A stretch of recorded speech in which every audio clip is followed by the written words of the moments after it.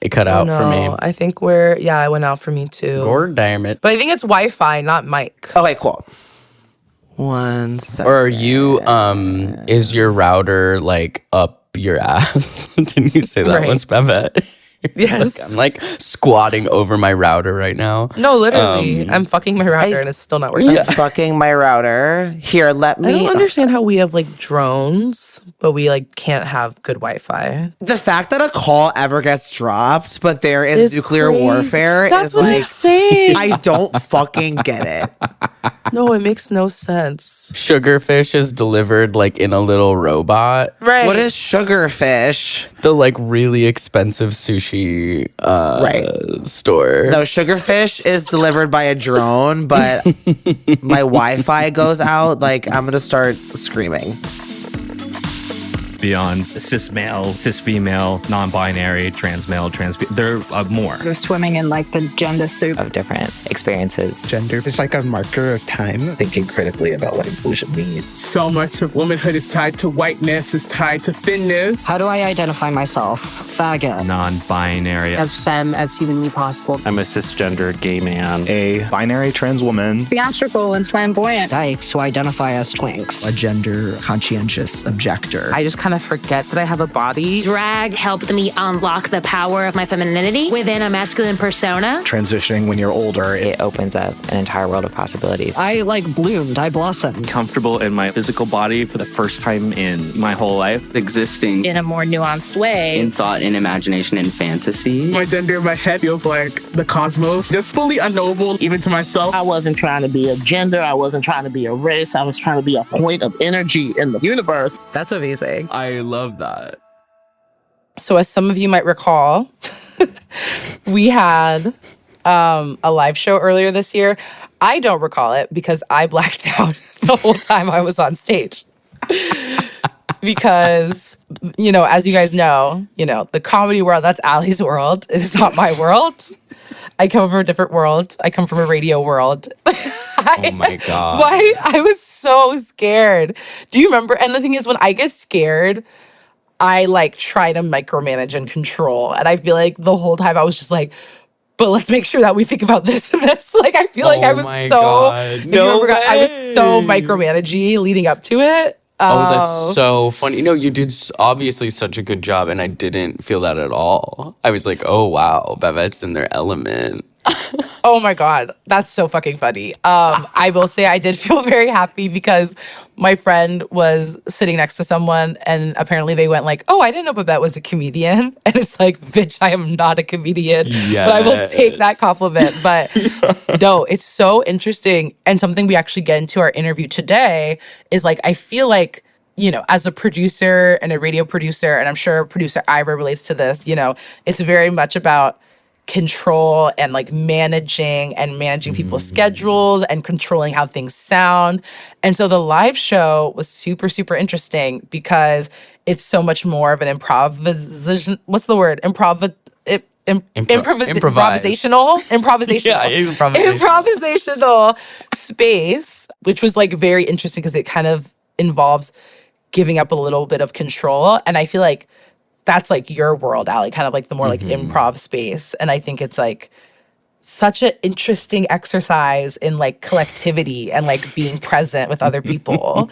And we're literally talking with one of the guests from the live show today, Honey Pluton. And you guys, we actually kind of get into a little bit about the kind of like, improv versus like stand-up comedy and like these like various kind of spaces and like, I don't know, just what it means to like engage and like be present with like other people and like tell stories and stuff like that. Yeah, totally. He's also really like spiritual, and I feel like there's kind of like a live wire feeling when things are like improvised that you're just like, oh my gosh. And so it is so cool to be like, oh yeah, obviously you're very spiritual. Like you're like lose control and win, like give it up to the higher power kind of in this moment. He's truly tapped in to something that we cannot all see. He's locked in, he's tapped in.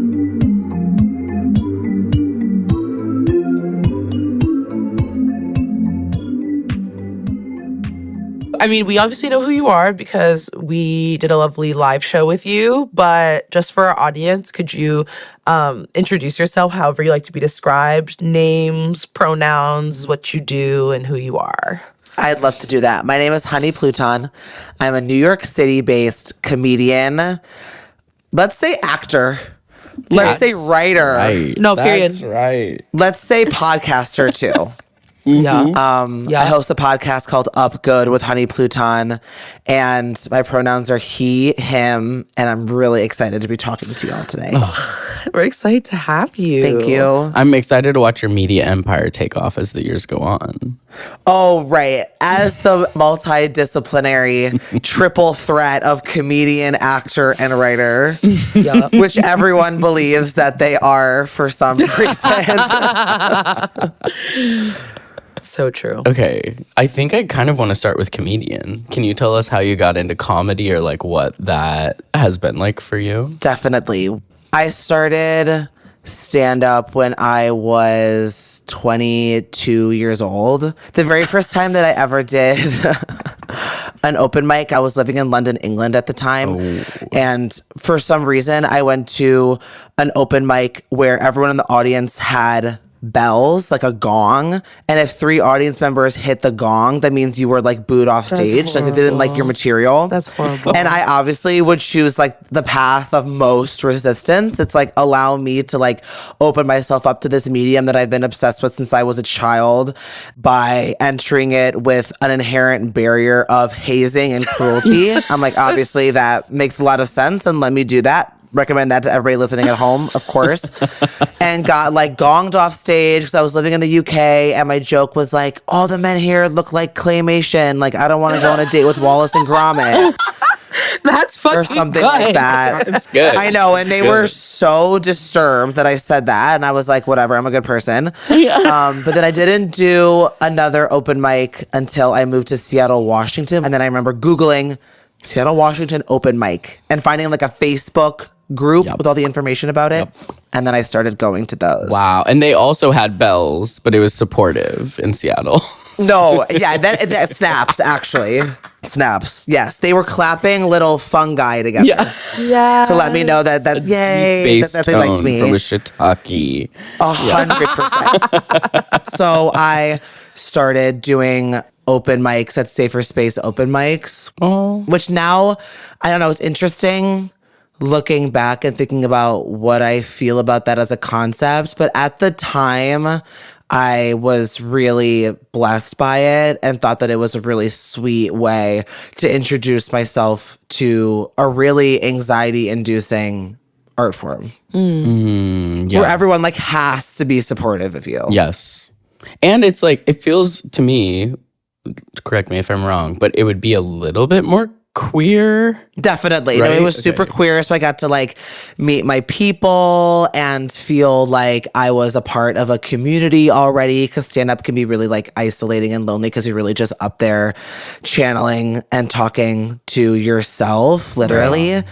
So having that as an option to start this process felt really special. Yeah. Oh my God. I love that. I started out with stand-up in LA and found it like way too lonely, and then did improv, which is like deranged togetherness. Yes. You know, it's a very different vibe. I still wish I had stuck with stand-up a little bit more, because you do end up finding your people. But I was just like, we're all at shows alone. We're all of our jokes are about being alone, and no one's like listening during open mics. It's like no, you really do like show up to this like basement or coffee shop or like bar, and you're by yourself, like with your notebook and your tote bag. Like, it's so nerve-wracking. And then you wait your turn for sometimes hours in order to go on stage and talk for 3 minutes. Yes. In hopes that in those 3 minutes you connect enough with anybody else that's there that longer minutes of stage time will eventually find you. It's like such a really peculiar It's kind of giving a pageant. Like when you describe that, I was like, oh, that's a pageant. That's no, a pageant. definitely. Yes. Yeah, I'm waiting to like twirl my baton and like sing Sweet Home Alabama. Like, Allie, I will say it's kind of embarrassing I feel like every day I learn a new facet of what it is that you do, because I kind of did think that you were a stand-up comedian. Are you not? I'm not. Are you not a stand-up comedian? That's like what you did. I get. I think my whole family thinks that's what I do. Me and your mom were texting like, wait, so they're not a stand-up comedian? What is improv? The answer is having nothing. to explain being a professional improviser to a family member does not sound real. So it's a different world than comedy, or it kind does it overlap though? I feel like barely. It seems like barely. And I don't know why that is. I think that, my understanding of why for me it's intersected less is because improv, like you're saying, is just so collaborative. And like when you go to an improv show, it's like you're watching the same people create this new reality together for like hours, but like just them. Yeah, why do you think that there's a divide between improv and comedy, Allie? Okay, improv is cringe and stand-up can be cool. That's kind of like the base takeaway. Right. That's like the feud or whatever. And I'm kind of like, no, I completely agree that improv is cringe. I just also think some stand-up is very cringe. No, and definitely. Both people are improvising. But improv is cringe because it's earnest. And like exactly. Yes. And that's why people think that it's cringe, but it's beautiful. That's cooler. That's cooler than being up by yourself. I'm like, earnestly being in community with people, that's fucking cool. That's sick. No, I completely agree with you. Interesting. I think it is cringe, and I think I'm like willingly participating in the cringe. Like I kind of love as like an exercise for myself. Yeah. No, definitely. It's like world building. I think it's the kind of cringe where when practiced effectively, it actually gives you tools to be in better like standing with yourself and your like sense of self. Totally. It's like you have to say yes to life. Like there's just kind of like an abundance. Very philosophical. It's very like improv is way more like Taoist and philosophical, and like you have to listen before you speak. You have to let in order for things to be go. effective. You have to let go. It's like I would say stand-up is very existential because you're reckoning with the mind and the self. Mm-hmm. It's very like you're squirreling away and you're toiling in your mind. And you're thinking about what you want to bring back. That's like a collective understanding of your own individual subconscious, but it's way more like annoying and Lacanian and like improv. That's kind of a Southern Oregon cult vibe. Yeah. Yeah. No, I agree. I agree. Exactly. Okay, sorry to backtrack. You're in London. Did you grow up in London? What's going on? No, I grew up in the suburbs of Chicago, but I lived in London from 19 to 21 because of a long story of my parents being French. Your parents are French? Yeah. Do you speak French? Un petit peu, oui. Vous parlez français? Et vous? Okay, my crazy lore is I don't know if I've even told Allie this. I went to French bilingual school for like 10 years of my life. Oh, that is definitely a lore drop. It's crazy. That is Have I told you that? Drop. It just kind of never comes up because like why the fuck would that come up, you know? But like it was a big part of my life. Wait, that's so funny. Wait, so you didn't grow up in France, you grew up here. When did your parents I grew up here?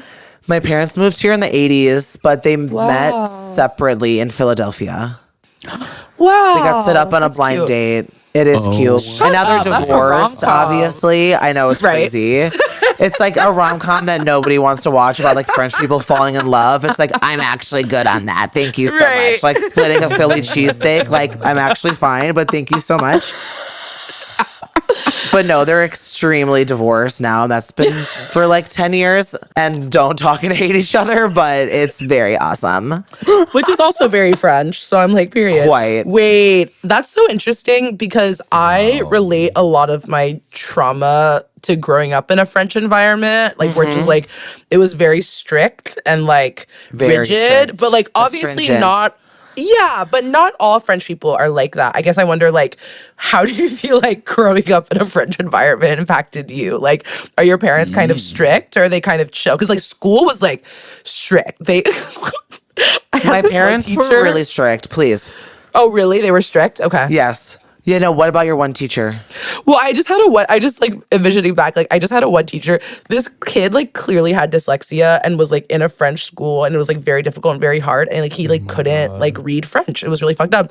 She threw a book at him. Like that's the kind of shit that was happening. Like, and then we had to have like a meeting as a community about her throwing a book at this student. And she's like, what? I'm French. No, she's literally like, what? We do this all the time in France. We literally hit children with rulers. Like, what are you talking about? She's like, I don't care fromage. Like, why are you being so wimpy? Exactly. Like, get it together. No, literally. No, my parents were both definitely really strict. And I think that comes from, like, we came to this country to build a better life for you. And I just think that came out of, like, a really intense scarcity of wanting to make sure that I had abundant opportunity. I do think that the methodology was flawed for sure. And then you spend your entire life kind of working through that, which is fab. But they were strict. And I think that growing up French just kind of made me really pretentious, if anything. Yeah, I think it's like a really pretentious, like Epicurean culture where you have an extremely bloated sense of self that comes from like pure delusion.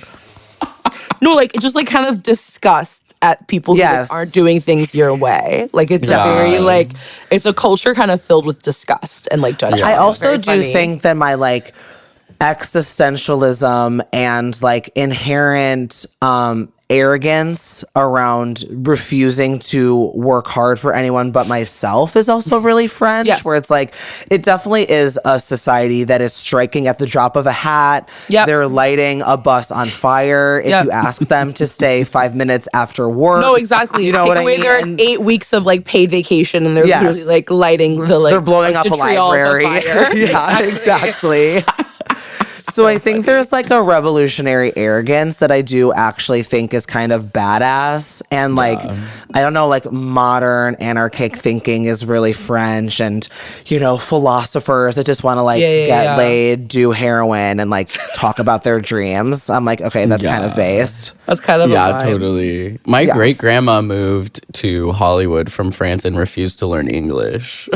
That's very French. Yeah. She's Wait, like, you're French too? What the fuck? Why is everyone in this chat French? What the fuck's going on? Yeah. I don't know. I mean, Babette's pretty French. I know. Yeah. Well, no, exactly. The part for me is like my family's Creole from Louisiana. And so it's this weird relationship of like wanting to learn French as like kind of a reclamation of culture that's also like a very colonized culture, right? It's like, yes, we gotta go back to speaking French before the like United States like purchased Louisiana, you know? Like that's what we gotta go back to. Wow, that's so interesting. Have you ever talked about being French in your comedy? I talk about it when I do my hour, because I talk about my dad. And I like the last 15 minutes of my hour are me talking about how my dad had a 2-season PBS show called The Fairway Gourmet, because he was a chef. And Your dad's a chef too. Yeah. Okay, we're literally twins. We You're have kind the of the same experience. And yeah, wait, that's crazy. we were separated at the womb, and we've been trying to find each other ever since. And we're getting a Lifetime movie about it. Switched at birth, baby. Yeah, so I talk about that show, and then he also had a supporting complimentary cookbook to that program, and I do bibliomancy with the book. So I ask for questions from the audience, and then I tell people's fortunes from the book. That's so good. Yeah. And I'm sure whenever I'm sure he loves that. He does not know about it, but if he did, I think he would love it because he loves a little attention. That's so fucking funny. I feel like I've learned so much about you. That's amazing. Yeah. Okay, getting into some of the gender stuff, you know, as we tend to do. Of course. Please. At the live show, you shared that you now use he, him pronouns, but that you used to use they, them pronouns.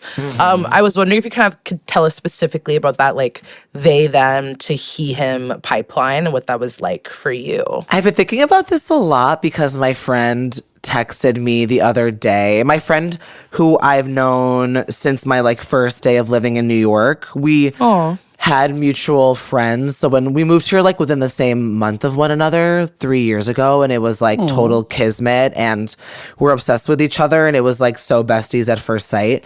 And she was like, I'm looking through these old pictures of us when we first moved here, and I was like, damn, Honey really transitioned. And I like cackled and thought that was so sweet. And I've been thinking about my non-binary self that brought me to the person that I am today. And even me identifying as non-binary wasn't because I like played with trucks as a child, you know. I don't know, it really did feel like it was just an intuitive, it was like a sense of my intuition that like just asked me to start identifying this way.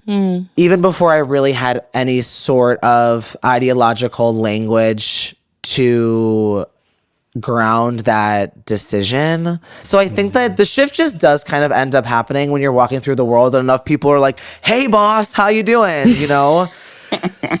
Like when things go from like hey friend to hey boss, I'm like, you just kind of start using he him pronouns.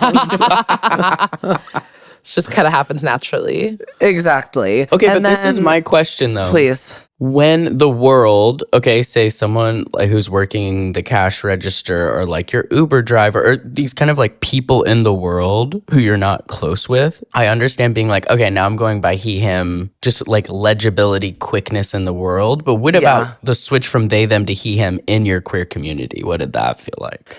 I think that I stopped giving a fuck, to be honest. And I was like, sometimes my gender is my business. And I don't really feel like I have any issue with they, them. I got no issues with they, thems. Let me say that first and foremost right here on Gender Spiral. Before y'all come for me, because I know you like to tussle. I got no problems with they, thems out there. But within my, it's funny even being, I have someone literally last night at the club asked me my pronouns, which is really funny because it was literally like a cis woman. And I was like, okay, if my name was like Brian, would you ask me that? Probably not. Yeah, and it's because I'm like introducing myself and it's like a word name. So now you're like taking a different scan of my body and like feeling, and you're like, okay, why are you looking at my hands? Why are you looking at like the shape of my head? You know, it's like actually feels crazy when someone asks you for your pronouns. I'm like, don't clock me. I'm a good person. But thank you for doing your like cisgender due diligence, I suppose. I'm like, you could read the room, but you don't have to. So I guess the shift in queer community really is that it just was kind of a seamless, more all-encompassing understanding of knowing that like whether it's he or whether it's they, we're understanding this person in totality. I think what ends up being less seamless is when some cis person at the club is asking your pronouns because your name is food. Because your name is Honey. Yeah. Because my name is food. Because your name is food. Because my name is made by bees. Yeah. Okay. Love. I have 1,000,001 questions for you on this topic because I do love the balance of being like, I have a very like sweet, good name and I'm he, him. And I love my name. If transitioning and doing he, him and your name is Brian would feel insane to you. I know, because sometimes I definitely have other names where I'm like, oh, maybe it'll end up not feeling safe to like tell people that's my name, or like, I mean, I do like when I'm at work and it's really busy and someone's like, what's your name? Like screaming it over like bouncing techno while they're like sloshing like an ice cold red natural wine all over the bar. And then I'm like, my name's Honey. And they're like, what? Really? Like, I do think that there is a fun like turn that gets to like disarm people. And I really do love my name and love that I've arrived to this name. And the process and ritual of my name is one that I hold really dear and don't feel ready to let go yet. But we'll see what the future holds. I do say that when I'm like a 45-year-old tran, maybe like 50 to 45, I want to change my name to Dante's Inferno. As you get to like a new level of hell in your own person. Oh, yes. Exactly. Okay. I'm like, I'm Dante's Inferno. And I'm like so cooked by that point and like haven't adjusted my lifestyle to my age, and I'm still making like $36,000 a year, and I'm like living out of a box and eating like tuna fish and barbecue sauce every day. And I'm like, I'm Dante's Inferno. You're in a full lotus meditation position. No, exactly, you pay way too much for Moto yoga. Yeah, no, and literally. You're hemorrhaging money. When I'm in my full like phallic yonic Shakti flow at all times and I'm like traversing like intradimensional consciousness and I'm like, yeah, my name's Dante's Inferno. That's my goal. I love this for you. Thank you so much for understanding who I am. That's so funny. But for now it fits. Yeah. Yeah. And my last name is my given name. Oh, really? Yeah, that's like my dad is Jackie Pluton. Oh, okay, wow, okay. incredible. But it'd be Pluton. Honey Pluton. I love that. I assume maybe that part was like the given name, like the name that you gave yourself. Because yes. I could actually see someone naming their child Honey. I say, yeah. Pluton. I was like, it's cuticle. You're like, that's actually the weird one. You're like, yeah, that's the freaky one. No, it's just it's a really good name. It's so good. Yeah, it really just means of Pluto. Yeah, totally. And I have this Dionysian poem that I always keep on my desktop that is a poem to Pluton that I read all the time. It's crazy. Whoa. Wow, cool. Wait, can you read it? Pluto, magnanimous, whose realms profound are fixed beneath the firm and solid ground. In the Tartarian plains, remote from fight and wrapped forever in the depths of night. Terrestrial Jove, thy sacred ear incline, and please accept thy mystic's hymn divine. And it's like 14 more stanzas. It's crazy. Ooh, it's good. I thought it was gonna take you a minute to like find it. No, it the second I even brought it up, I was like, boom. I was like, activate. Oh. Here are the things I have saved on my desktop. I have the poem to Pluton. I have an email I got that says, important, your social security number was found on the dark web. Awesome. Cool. And then I have every ticket that I owe to the New York State authorities that I have to pay in installments. Oh, no. That's awful. Just so I don't forget. Oh my God. Wait, what do you pay tickets for in New York? You don't have parking. I just got a ticket for running a red light on my bicycle. What the fuck? I know. Crazy. I'm like, you're so fascist. Like, go fuck yourself. I know. Oh my God. Okay, we've kind of covered some of this, but do you have terms that make sense to you when you're talking about your current gender presentation that's like outside of like mask, femme, top, bottom, like these like really annoying binary words? Yeah, definitely. Oh my God. I love mask, femme, top, bottom. I'm like the big four. Yeah. Right.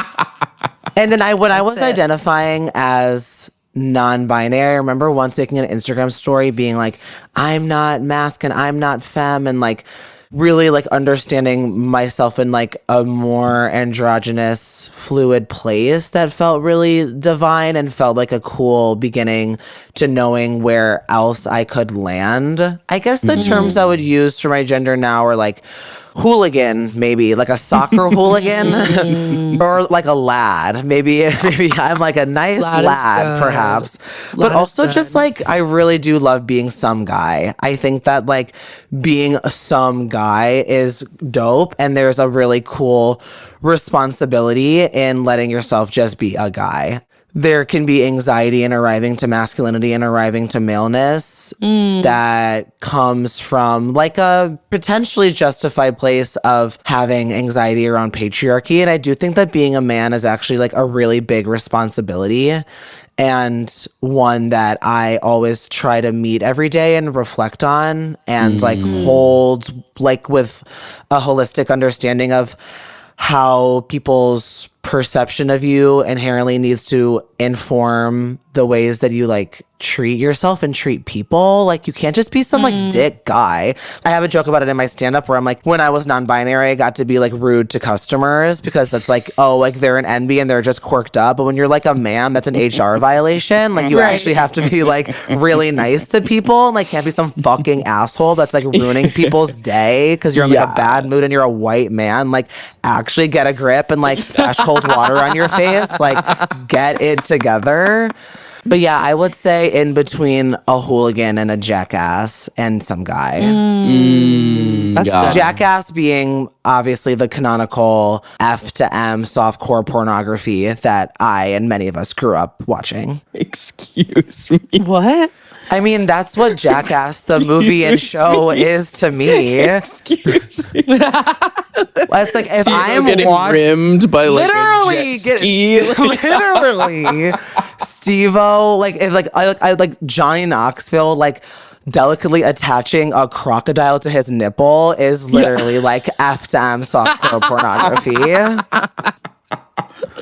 Oh my God. So God bless that. They were definitely gender heroes for sure. Yeah. So that Jackass. I do understand. I do that understand. That one indeed. I was kind of surprised to hear you say a word that I read in another interview kind of stresses you out, which is like what word? The C word. Which one? Sis? Which one? Customer? Oh, yes, customer. Could you tell us about like why that word kind of stresses you out? I mean, being a customer, I mean, it is pejorative. It's like a derogatory thing to be. It's like, I guess the only jobs I've ever had in my entire life that I've yet to liberate myself from are service jobs where I am interfacing with customers for hours on end. I've had every single kind of customer pass through my consciousness. You know, I'm having like a TikTok go viral right now where I'm talking about my favorite kinds of bar customers, which are people that as they get drunker, they get more like Little Orphan Annie or they get more like Oliver Twist and they start to be like, can I have some more, please? Like they're getting like really kind of antiquated with their like desires to be served, which I appreciate. But no, customers are stressful. I've worked in service for so long that now I don't have like anxiety or dread around being a customer, but I barely eat out. I like don't go to bars. I try to remove myself from the economy of customer and being served as often as possible because I'm like, I actually can't be on the other side of this paradigm anymore because it causes me so much stress and has for like the 15 years I've been a working person. Yeah. But no, customer is pejorative and defamatory. And the other C word that I hate is commodity. And yeah, I was talking about this last night too with my friends outside a club we were at where, I mean, I'm sure that y'all think about this too as personalities and podcasters, but it's like, when I am the commodity, how do I liberate the means of production when I am the means? It's like, okay, what do I do now? Interesting. It's hard when you're like working in a service job and it's like, I need to both bottom and top this interaction. I need to bottom from the top where I'm subservient to what you want, but I also need to be in charge enough that you think you're getting this like really bespoke experience and you feel like your commodity is worth tipping 20%, which nobody does anymore, by the way. Nobody does anymore. Really? Everyone tips 18%, by the way. How is that an option? Everybody tips 18%. Yeah, I no feel one like the tips options 20% of things are anymore. usually 20, 30, like 35 sometimes. No, On the it's tablet, like, you know? no, but now it's like 18, 20, 25, and everyone touches 18. Everyone pays with their giant Goldman Sachs like anvil card that weighs like 35 pounds. Or if you're doing tap to pay on an Apple Watch and you tip 18%, the watch should explode. It should literally detonate. Tap to pay on an Apple Watch is crazy. I've never seen that. I know. That's I'm crazy. like, it's really, it's fruity. Yeah, can you Yeah, imagine? It feels like really- you're just I'm like like, at the that's Korean gay. spa. No, literally, it's like a key fob. So yeah, the customer is stressful, but then becoming your own commodity is stressful too. Those are my two C words. I hate going out to dinner with friends who have never worked food service and I feel so fucking codependent, but I'm the one like in every move I make, I'm needing to like telegraph that I'm like so sorry for their behavior. Yes. And that like everything's chill. You literally could bring the wrong food and we'd still tip 20%. It's still Don't completely worry, fine. I've got you. Like There's this one bar that all my friends and I go to. It's like the spot where like everyone like after like a show or something or like after like a talk will like go. So it'll be like 10 people or something. But like this bar simply like does not just have the capacity to like serve like that many people basically. But the issue is like whenever I'm with this big group of people and clearly people are acting up, I feel like I have to distinguish myself like I'm not with them. But part of the issue is that this like person who works at the bar who's really sweet, she like loves Baxter, she loves my dog, but she like hates me a little bit because I'm always with this group of people who like don't know how to act. And so whenever I go now, I'm like, oh yeah, reservation for 3. And she's like, is it going to stay that way? And I'm just like, every time I go, and the thing is, I keep going back because the drinks and wings are so good. But no, I've just gone with groups of people. And then one time, my friend Kenya was like in the pathway of where like the servers are like going, right? Which is like a huge no-no. But my friend Kenya is blind. And so this person was clearly like so annoyed with Kenya for taking up that space, just like taking up like the middle way where like servers are walking back and forth. And I'm like, Kenya, like you might need to move. Like they're getting kind of pissed. And Kenya, while this server is right next to her, goes, what the fuck is she gonna do? Beat me up? I'm blind. Oh my God. Is the most, like the stories I have from this bar. It's very embarrassing to be a customer at this bar. And unfortunately, I will be going back. But I wish I had the confidence of Kenya, who was like, what the fuck are you going to do? Beat me up? I'm literally that's blind. amazing. Literally. I'm literally blind. What are you going to do? Absolutely, babe. Absolutely. No, the secondhand embarrassment of having to be adjacent to people who can't act is really mortifying. It's bad. I don't really like traveling anywhere in groups of people bigger than 3 because I get into that like codependent space too, where I'm like, now I have to be responsible. Micromanage everybody. Shepherding. Yes. Definitely. When you really just have to let go and let God and just like, I will literally like try to like shapeshift my body and facial expression so that anyone who's working walks by and just thinks I'm not with those people.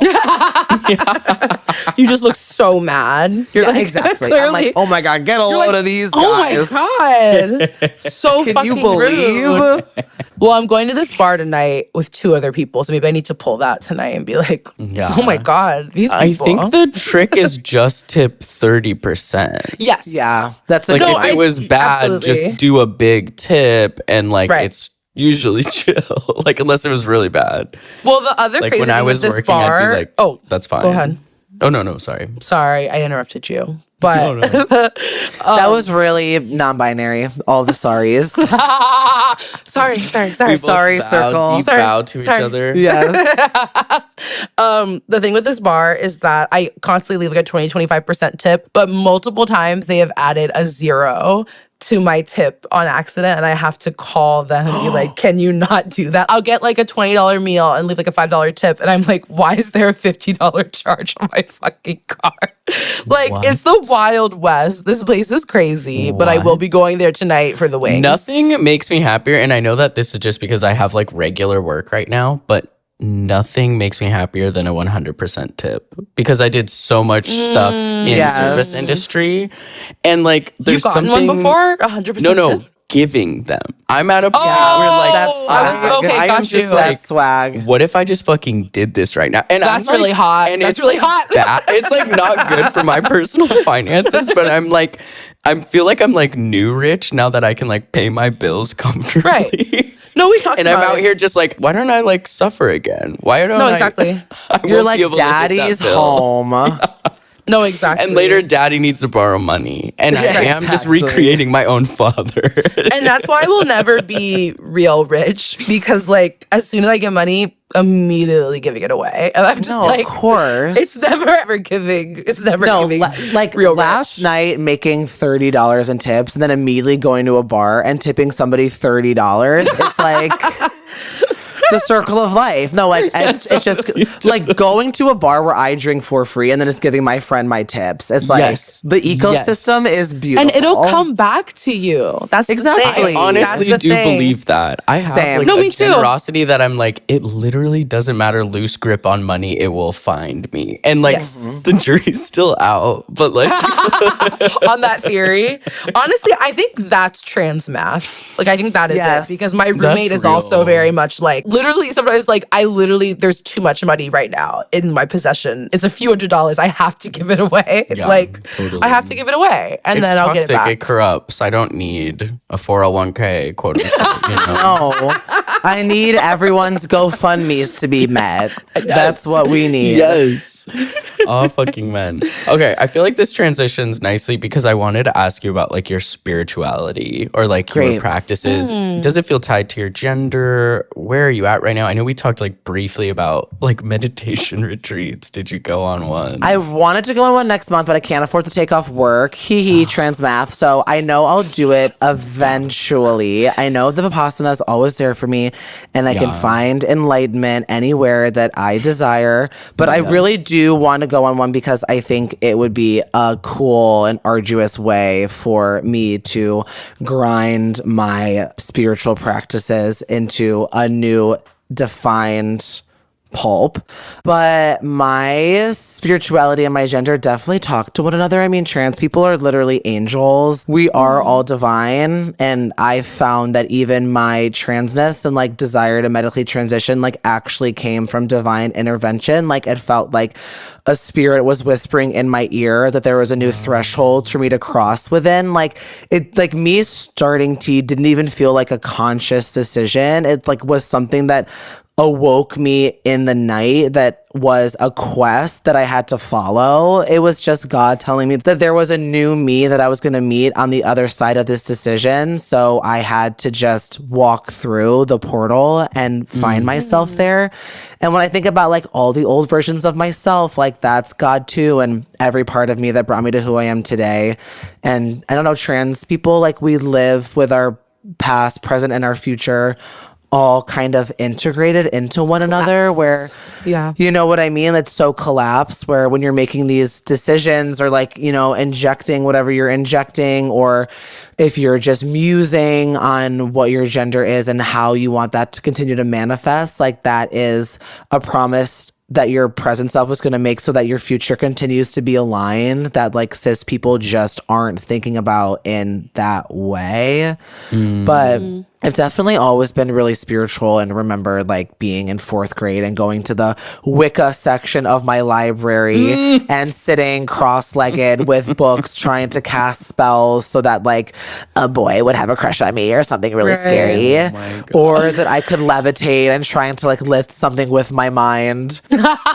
Oh yeah. It's always been really present in my life for sure. Yeah, totally. Do you have any practices that help you stay afloat day to day? Yeah, I mean, I meditate most days. Luckily, now I kind of feel like my practices feel more integrated. In my early 20s, I felt like I was, in mid 20s too, I definitely felt like I was always really engaging in more like high octane spell work and had to do like 45-minute cord cutting meditative rituals, listening to them on SoundCloud and imagining like filters of light exiting me that I would have to slash with a giant sword to be able to like talk to somebody that like pissed me off.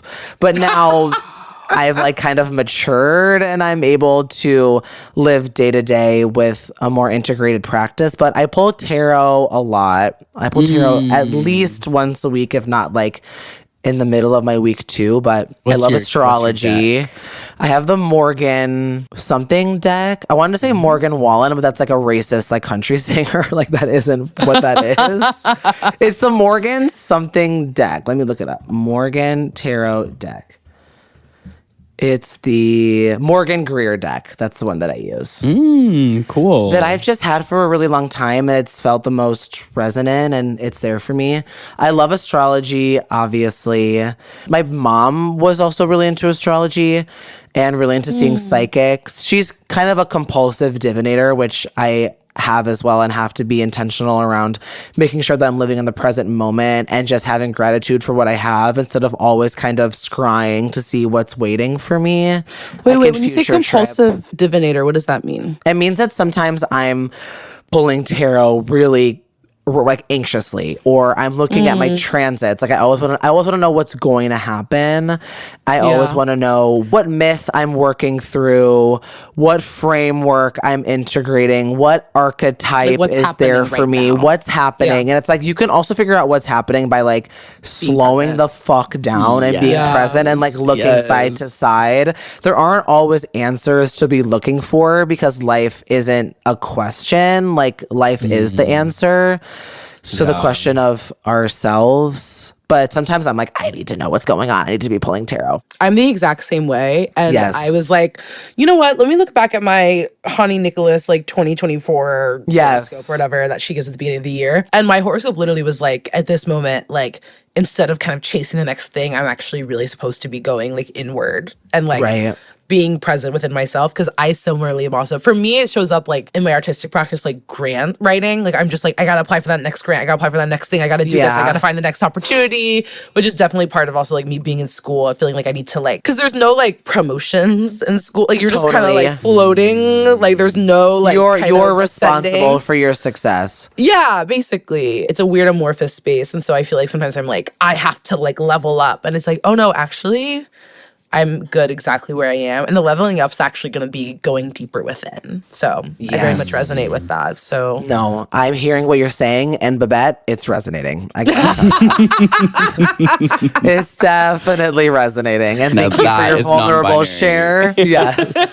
Thank you for your vulnerable share. And I see myself in you. And that makes me feel closer to the fabric of the world. And I really appreciate it. Oh my God. Yeah, but it's just like hard out here. Like I get where that comes from. It's like when you want more money and you want more security, you want more stability. It's like I understand where that desire comes from within myself. Exactly. Right. It's like I'm good. Like I'm literally good. No, I'm literally good. Like I'm literally good. Literally good. I'm literally good. Y'all, I'm good. So don't worry about me because I'm good. I was looking at our question sheet to be like, oh, what do we want to ask Honey next? And Allie just wrote God. Yeah. Just G-O-D. Just, you know, good old God, for the love of God.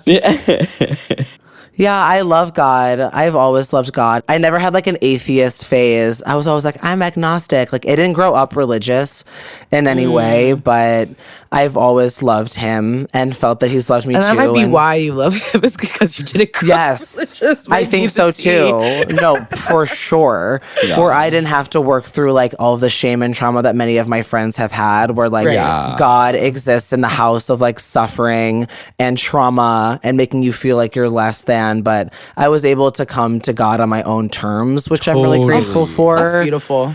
And obviously want people to have as well if that's what feels resonant for them. But I understand God as like trauma man, as bad thing, as like as man that makes you go sit in a really hot church where the seat is uncomfortable. Like I would hate God too if that's the God that I had to meet.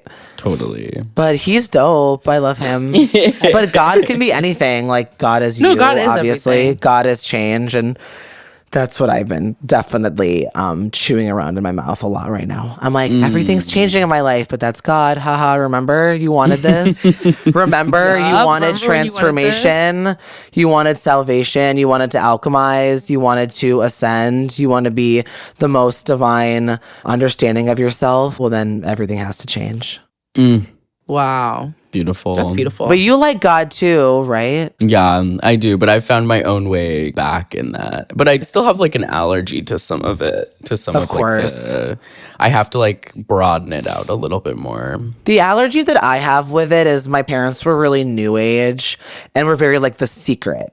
And so my allergy is definitely in like manifesting. Like my allergy is in seeing my like broke ass parents' vision boards that had like a nice car on it and like gifts of money. And I'm like, why can't your vision board as parents be like, ask your children questions? What's about going themselves? on? Right, exactly. Yeah. You like sneak a little picture of yourself on the vision board. I'm like, why aren't I on this? Like, can you remember me in the vision board next time? If you haven't written this show already, you must. Yes. Actor, writer, comedian. Yeah, I think that The Secret is really insidious. And I think that like manifestation culture is really insidious and like telling people that they can surpass their circumstances with like wishes and dreams. Like, I don't know, like to me, manifesting, having gratitude for what you have and believing that you can make your life better. Like, it's gorgeous to have hope and it's gorgeous to have drive, obviously. But do we all need to be rich and famous? Yeah, totally. No. Can't we just like have fun with each other? Yes. It feels kind of base. It's like praying for your football team to win. Totally. And you're like, ooh, you're going to use that for that? Like, No, definitely. Well, also, it's crazy too thinking about magic and God and thinking about like who believes in God, because like very bad people practice magic.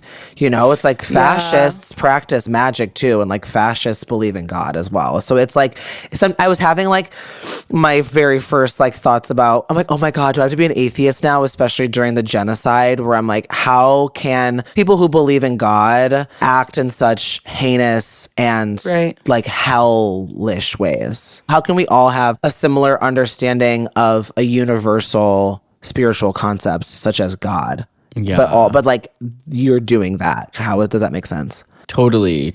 But it's like God, Uncle Sam twist kind of thing that's been happening. A corrupted God. Totally. It's like really the Antichrist. Yeah, totally. For real. Yeah. 100%. Yeah. Oh my God. Okay. Well, we're almost out of time, but wanted to ask you about Upgood.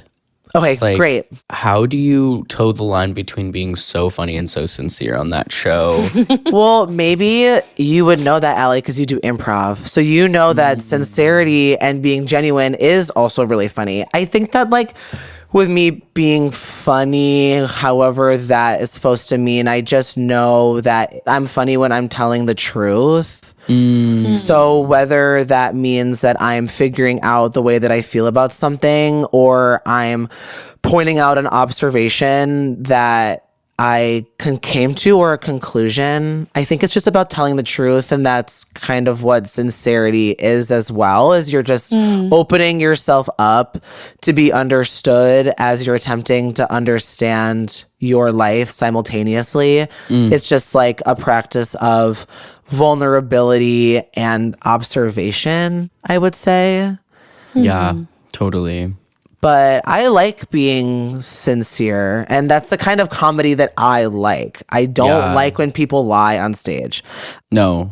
I don't like when people are doing a bit. That or when they turns fall me back off. into like trope. Like Yeah. I feel like I can talk to the smartest people ever, and then sometimes I see their stand up and it's very base. It's very like, I'm jealous and this girl sucks, or I don't know. Yeah, that's like a bad example, but I'm just like literally like John Mulaney on SNL being like, my Asian wife is short. And like that, I'm like, what is joke. wrong I'm just with like, you? what the fuck is going on? I'm like, can we strive a little together? Exactly. Like, I like dysfunctional people, and I like storytellers, and I like challenging, complicated people that allow themselves to be understood even if they're extremely flawed. That's the kind of stand-up that I like, and that's what I found resonates the most with me and makes me want to keep doing it too. That's great. Yeah. That's amazing. That's kind of a little bit about me, I guess. Yeah, right. Like an hour and a half in. Yeah. I guess that's just a little bit about me. Oh my God, you're so small. You got so small. I'm so tiny. I'm shy now. After 90 minutes, I'm shy. I'm like, wait, y'all, stop. That happens. No, for real. I blow my social load, and then I'm it's about to be nap tiny. time. Me too. I'm like, I just made myself a witness. That's crazy. I'm in my bedroom even. Oh my God, same. I know, we're all up here in our rooms having a little slumber party. Cute. That's basically what this show is. It's so cute. Yeah. It's so cute, sweet. Is there anything that you have going on, like any other show dates or anything like that you want to plug? I'm planning a little tour with my friend and collaborator, Spike Ironbinder, who's bestical and perfect. And we're doing a festival in Chicago, and then we're doing Sketchfest in San Francisco, and then we're going to do Jeopardy in LA, and then maybe do some other shows in LA, like just straight stand-up. That'll all be in January. And then I'm doing my hour in Tucson also at the end of January. Wait, so what? I know, I'm so excited. I've never been to the desert. I can't wait. Oh, you'll love. I'm Tucson. So excited. Tucson's really cool. I know. I think I have some gays there, so I'm excited to see what's happening. There's a lot of gays there. I feel like recently. I'm like spiritual desert gays. Yeah. Yes. Sun fried. So follow me on Instagram if you live in any of those places or in New York City and want to hang out. Yes. AKA come to my shows. Yes. You can listen to my podcast, Up Good with Honey Pluton. There is an accompanying Patreon, which you can find in the show notes or at the link in bio. $5 a month gets you weekly extra content. I am the commodity. I will turn myself inside out in order to ascend my financial circumstances in hopes that the entertainment that I create makes my life and yours a little bit better. Beautiful. That's stunning. Trying my best. I am the commodity. Yes, it's true.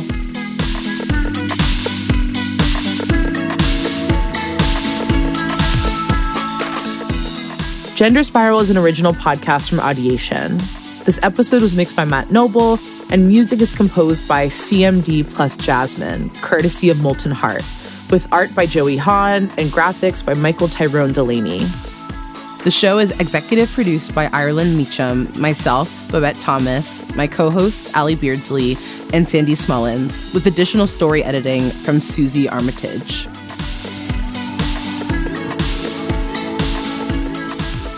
Thank you so much to Honey Pluton. You can find info on his upcoming shows on his Instagram at Honey Pluton. And you should support him on his Patreon at patreon.com/upgood with Honey Pluton. If you like the show, please head over to patreon.com/genderspiralpodcast podcast to support us. You can also check us out at genderspiralpod.com, where you'll find transcripts for each episode and a link to leave us a voicemail. And follow us on Instagram. It's at Gender Spiral. Subscribe wherever you get your podcasts so you don't miss a new episode. They're coming out every other week.